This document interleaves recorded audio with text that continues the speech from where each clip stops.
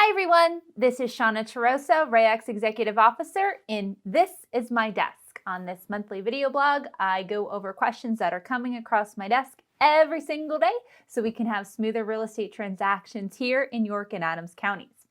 So the topic I have today is one that I get asked frequently, which is about returning funds, deposit funds, when there is a dispute, and what do you need to know and what do you need to do when.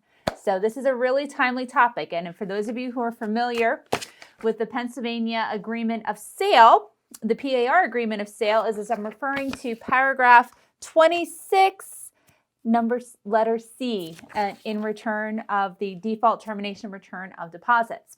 So in that paragraph, it states the following: that the buyer and seller agree that if there is a dispute over the entitlement to deposit monies that is unresolved within blank days, and it defaults to 180 days if it's not filled in, after settlement date stated in paragraph 4A.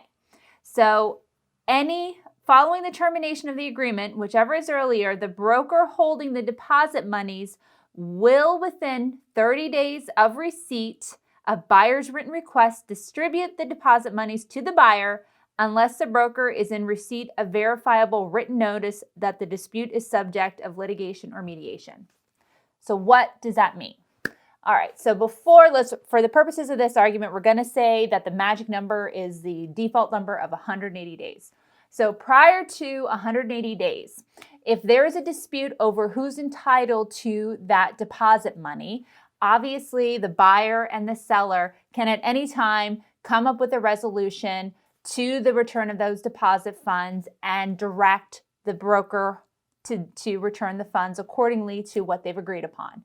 So you can do that through the PAR release agreement, or you can just simply notify the broker in writing that this is how the deposit funds are going to be distributed, and both the seller and the buyer have agreed to those terms. Now, let's say that the dispute has continued, and now we've hit the 180-day mark. What happens from this point? If the broker receives written notice from the buyer requesting the return of the deposit funds at the 180-day plus one mark, they have to return those funds to the buyer, unless the broker has received written verifiable notice from the seller that they have filed mediation and or litigation. So let's break that down. What does verifiable written notice mean? It means that they need to provide documentation to the broker that they have filed mediation or that they have filed litigation. It does not mean that they intend to file mediation or litigation. You can't say that I'm planning to do it. You have to have already done it, and you have to provide the proof that you have done so. So at RAYAC, we offer a mediation program between the buyers and the sellers. So whenever anyone files mediation, we at RAYAC also take the steps and we notify both the listing broker and the buyer broker that a mediation has been filed in a particular case. So we do send that notification as well. But the seller has to provide that verifiable written notice to the broker prior to the buyer requesting that return of those deposit funds. So here's where it breaks down. So we hit the 180-day mark. The seller has to have provided notice that they have filed mediation or litigation, and it has to be before the buyer has requested the return of the deposit funds.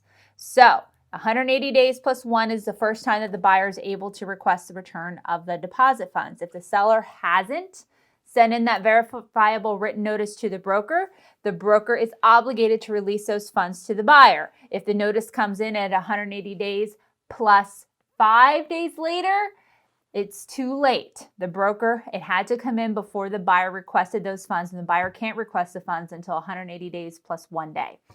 Now, even though the broker had an obligation to return the funds over to the buyer, that does not mean that they are relieved of their mediation obligations. The seller still has the opportunity to file for mediation. It just means that the funds are now being held by the buyer and no longer the brokerage company. So the seller still retains the right to mediate or litigate those deposit funds. They're just no longer being held by the brokerage company.